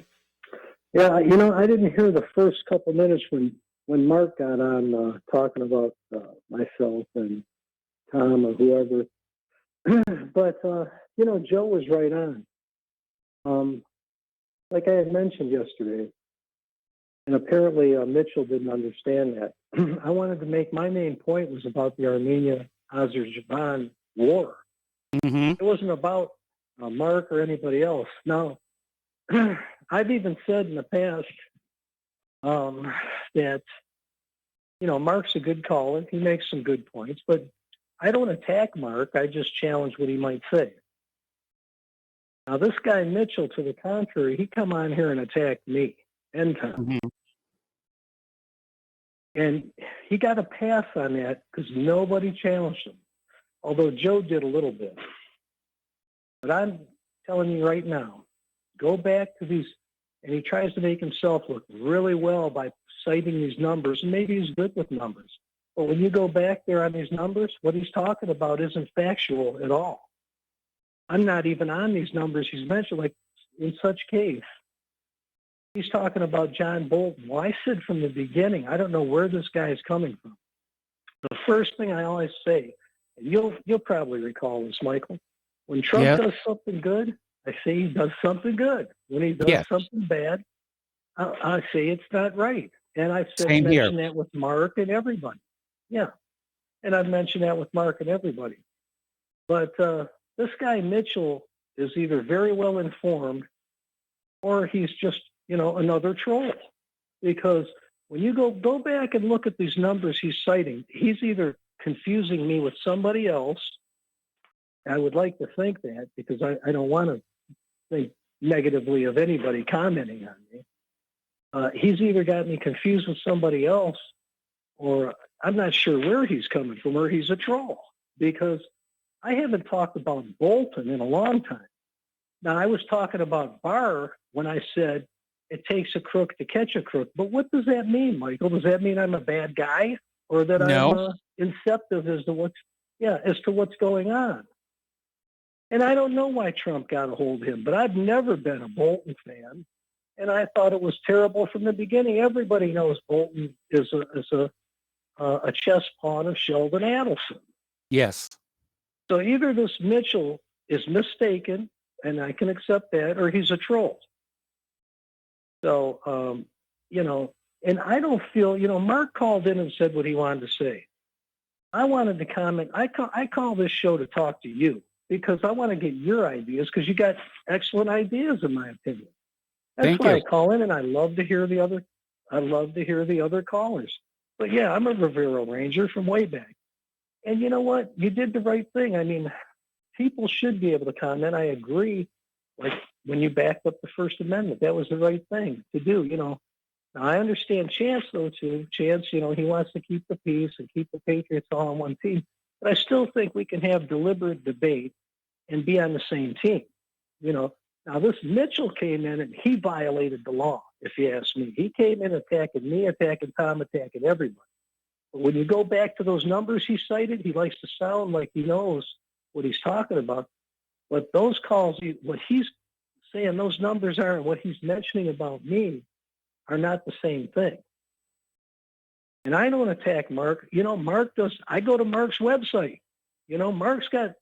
Mark's a good guy. I mean, we just disagree on some things, and I know on the things that I disagree with him is, listen, I understand that you got a bone to pick with Trump, and that's fine. I mean, I wouldn't expect anything less. But Trump does do some things good, and that needs to be acknowledged. I don't pick on Mark, and, I wasn't trying to do anything negative when I didn't, say that I wanted to hear Mark on the phone and go back and forth with him. If we had a separate time to do that, that would be fine. But I needed to hear, because in my opinion, the Azerbaijan-Armenian conflict to me is at the root of it is the Islamic versus the Christian. Mm-hmm. And where we're going to weigh in there. And what did Albert Pike say World War III would be fought about, Michael? Fought about or fought about Christianity? Yeah. Pardon me? Yes, I'm agreeing with you. Christianity? Yeah, exactly. And so, see, that's why it was engaging for me. So much so that your opinion was more important than me squabbling back and forth with Mark, because I really don't have a squabble with Mark. I agree with him way more than I ever disagree with him. Like I said, I go to his website. He's got good website, good information. And I appreciate what he does, because he gets out there. And anybody who gets out there, in my opinion, you know what I mean? You're doing something and you're to be respected. But this Mitchell from Memphis, I don't know where he come from. He's talking about me, and I haven't mentioned Bolton in weeks and weeks. Now I mentioned Bob Barr, and I said Well, maybe Trump Mitchell was appointed going him all the way take back the to July for some of his some of the things that he was talking about, which, like I said, I'd love to have the stopwatch franchise for him. Yeah, exactly. Because when you go back and look at the numbers he's mentioning, he's either talking about somebody else or he's a deliberate troll. One of the two. We get him. But, yeah, we do, because your show is number one. That's why, Michael, because you've been putting this information out for years and years, at least 20 years that I know about. Yes. At least 20 years that I know about. I think probably Since about 23, 1994. actually. Exactly. And that's when you first came out, and you would come out to places, and I went to one of those venues. It happened to be at a very liberal university, and you packed the house. Yes. And you packed the I remember house with with a very broad base. Yeah, it was in the upper Midwest. Actually, it was in Michigan. And you packed the thing up, and it was absolutely beautiful. And I've been listening to you, following you, reading your, at that time you were doing mainly articles, and they were sensational. And then that was right when the Vince Foster was just coming about. That's what started the whole thing for me, Vince Foster. Exactly. And so I've been following you from way back, and these guys don't understand any of this stuff. A lot of them. I've known John Stadtmiller since 1992. I mean, and I've been following his stuff and all the independent media, so to speak, from way back. But this Mitchell guy is way off. And like I said, if you go back and look at the numbers he's quoting, which he tries to give himself either validity with, or he's very mistaken, or he's a troll. And he can pick whichever one it would be. But I don't come on here and attack Mark. I might say, I don't agree with Mark because Trump's done some good things. And I'll be the first one to tell you, just as was mentioned in the past, if Trump does something good, I'm going to say he did it good. If he did it bad, I'm going to say he did it bad. Same here. I've supported Ron Paul. If he does something good, I'm going to say Ron Paul did something good. Fortunately, I agree with so much of Ron Paul. I can't really think of anything he's done bad. Mm-hmm. But that's how I am. I like to think of myself as an even-tempered person. I'm willing to listen to both sides of the issue. And like Dave from Boston, who I've listened to for at least 15 years, like Dave says, he calls me Mild Miles. Mm-hmm. So, I'm not out here, and I don't come here to engage anybody or attack. I'll comment on something they say, but I don't have anything to have an issue personally with somebody. I'll make a comment maybe on their comment, but that's it. I'm for the station, for the people, for free speech, and for the Constitution. So, and Michael, you have a great show, and I love it, and I wish there was more of it, but I'll take what I can get. And you have a great day. All right. Well, thanks an awful lot for the phone call and for the kind words. And we're going to switch over to Al in Canada. Hello, Al. Thank you for waiting patiently. What's on your mind today? Hi, Mike. Your last two callers were great. Yes. Peter, I love listening to what he has to say because it's staring us right in the face. And he was dropping some names there, and those names people still believe in. Like, how can anybody be a fanboy about any politician? I mean, it's insane to even consider such a thing. They're liars. Yes. They'll say anything. Media, they're liars. Yes. They'll say anything. Yep. So, I mean, the only thing that you can really trust is your own instinct. Mm-hmm. Literally. And the beauty of not pissing off everybody that you meet is you can actually have this kind of interaction with them, and it's called a conversation. It's not a rant. Nope. And I've apologized for having a rant now and then. Yes. You just get going, right, Mike? Yeah.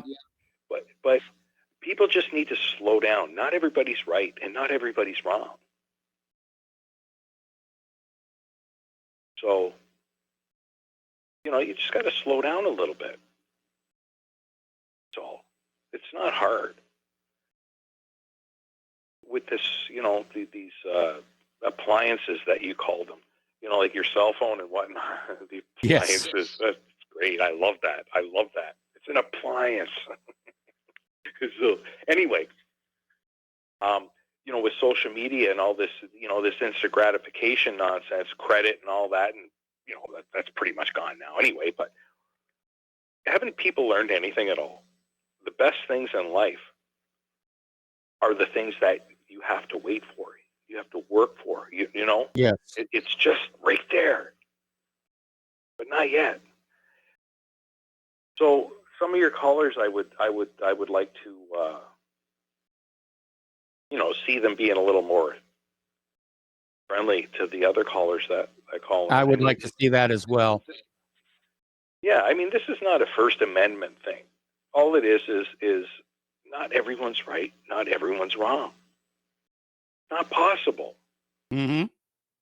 Otherwise, we wouldn't have gotten to this point where we're just smart enough and just ignorant and narcissistic enough to blow ourselves up in the whole process.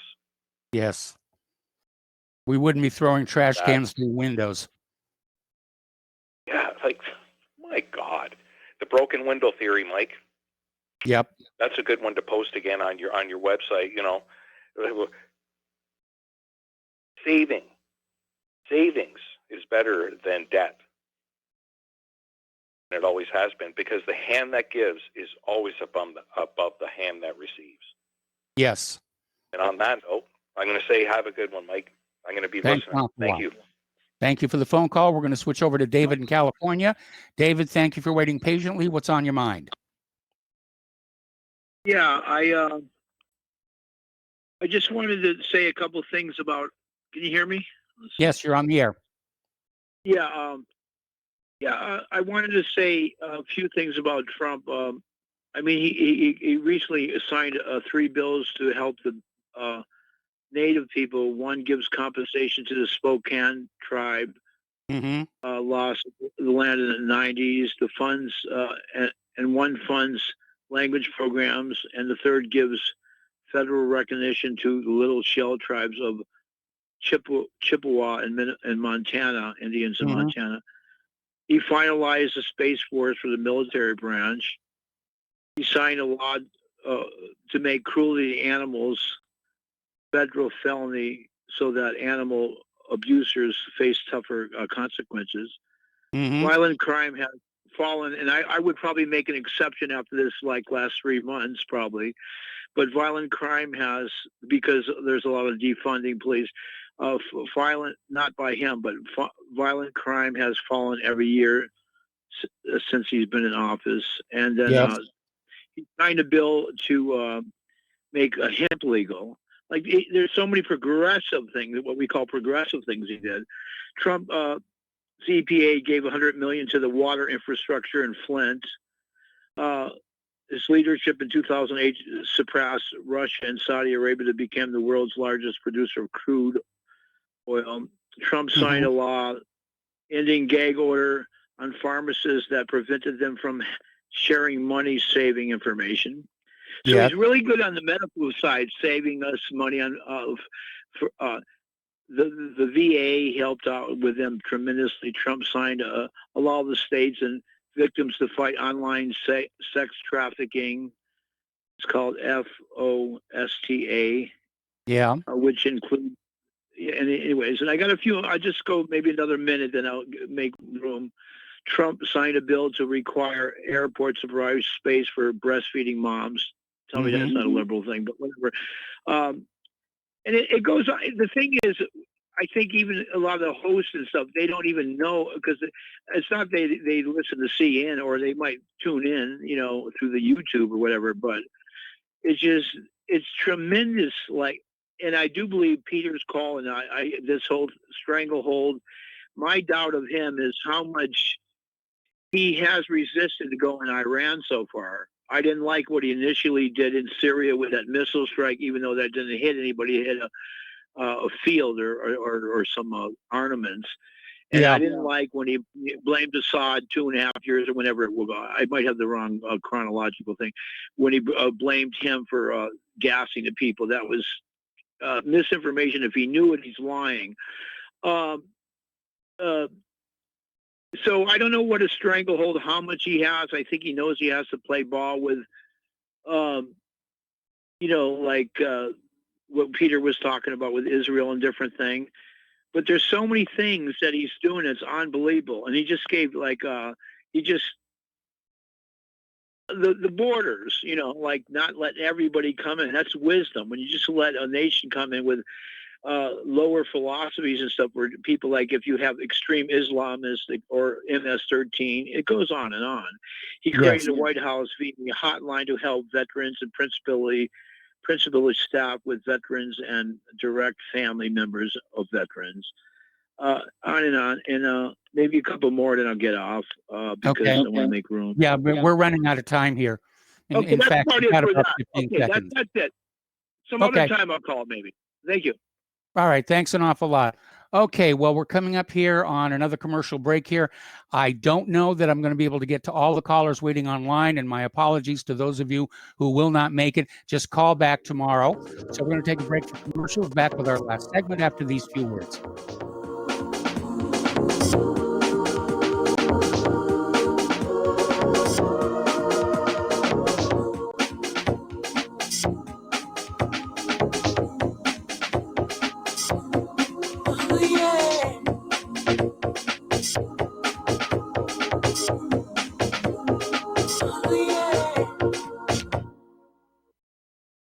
Hello, I'm Dr. Leonard Horowitz.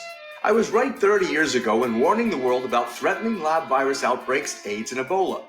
I was right 20 years ago when FBI Director Robert Mueller made me a suspect in the anthrax mailings because I warned the Bureau before the CIA's biocrime and Cipro sales psyops happened. I was right about COVID-19 being an AIDS-laced mutagen planned to resurge this fall to excuse officials' profitable depopulation globalization agendas. And I was right about the only safeguards being antioxidants and holy spiritual sustenance. Vitamin C, D, zinc, chlorophyll, oxygen, and oxysilver especially transmits the frequency resonance to neutralize the expanded function bioweapon. Oxysilver is a double superconductor of the healing power of love. It is the first nutraceutical invented to amplify prayer power and the faithful, loving intention of your heart. Buy, try, and stockpile Oxysilver through HealthyWorldStore.com. Extend your life with Extendovite. Extendovite really works. Here are some reviews from Amazon.com. Amazon customer, 5 out of 5 stars. I'm quite happy about it. This product has relieved what appears to be an angina problem, pain in the chest after climbing stairs, and short on breath. I'm quite happy about it. Dr. Sam Surreal. Good product and ingredients. Kept my blood pressure normal after mild heart attack in 2015. Switched to plant-based diet also to reverse atherosclerosis. John Bispicos, 5 out of 5 stars. Built up my immune system. To order, call 1-877-928-8822. That's 1-877-928-8822 or visit our website at heartdrop.com. Extend your life with Extendovite. So, you love talk radio? Then you'll love TalkStreamLive.com. TalkStream Live is always on, 24/7 with the best streaming talk shows. Find your favorite talkers and discover some new ones. It's free, readily available online or on mobile with any smartphone or tablet. Finding your favorite talk shows all in one place has gotten a whole lot easier. Just go to TalkStreamLive.com. Be sure to download the free apps from Google Play or the iTunes App Store. The Republic Broadcasting Network late night premiere show The Red Pill Hardcore is hosted by activists that want to hear from you, the listeners, so that you can get involved in the activism. Please call in at 800-313-9443 at 10 p.m. to enter the discussion. To book yourself as a guest, call our studio at 202-657-5715 or contact RBN staff. Remember, keep it real and take the red pill. If you got the money, honey, we We got the bombs, we'll plant 'em anywhere you like and blow up anyone. Whip this world into a frenzy, killing babies, dads, and moms. If you got the money, honey, we got the bombs.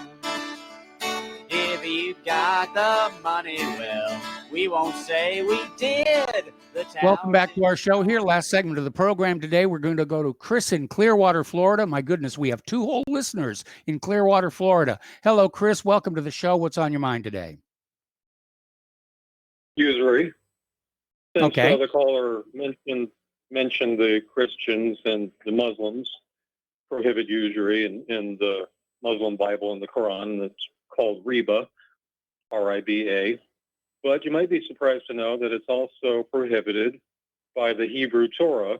It's called nashak, which translates into snake bite, literally. But it's also a mortal sin according to all 3 religions. So that's something that we can unite on against the bankster gangsters. Yes. And something else we can unite on is very important at this point in history, especially the consolidation of power with the multinational corporations with no allegiance to any country, with board of members on the boards of director who are on several boards of director, as Richard Gage on your show mentioned with Project Censored has uncovered. And of course, they're coordinating their attack against us. So right now, it's most important to help grant ourselves a jubilee. Yes. Or if you don't believe in that, then however you want to call it, liberation. Economically, I think is the most important step towards all other kinds of health, as economic health and personal ecologic health are all important. But we have community currencies, time banks, barter networks, cooperatives, swap shops, and community gardens. And with these, we can unite. We can get to know each other better by doing business with each other. And that way we can build bridges rather than complaining about one party or another. Oh, it's the Jews. Oh, it's the Russians. We can build up our own defense. Oh, those dastardly barbarians are here to attack us again. Well, just raise your shield or pull up the drawbridge. Don't act like a codependent where you're always complaining. Find some reason to complain about your current situation when you have the means with which to protect yourself. Yes. And to build, to improve your standard of living. So that's the message I have. I think that we should stop complaining about the personalities and work on the tools that we can maintain our sanctity and our dignity. All right. Well, thank you very much for the phone call. We're going to try and squeeze Dan in Washington in these last few seconds. Dan, what's on your mind? Hey, thanks for taking the call. I'll make it fast. The last caller, I agree with his points a lot, except the problem is, we really do have sort of a Jewish mafia running the money system. So, and according to Judaism, they do lend money at interest to anyone who's not Jewish, as far as I know. So it's part of the. So I called about the caller from Massachusetts. I think he was dead on point, and I totally agree with his view of Christianity, where the whole thing was pretty much set up from the beginning, where the Jews could lend money at interest, and Christians were not allowed to. And my view is these Zionist Christians have. Go ahead. Yeah, Dan, I'm sorry. Can you call back in tomorrow to complete that thought? I got to let you go. Stay tuned for John Stedmiller. I'm sure he's got lots of interesting things to share with you. Please spread the word of Republic Broadcasting. Please spread the word of whatreallyhappened.com. Please, please, please, please donate. We really need your help to keep doing what we're doing. And we'll be back tomorrow. Aloha, America.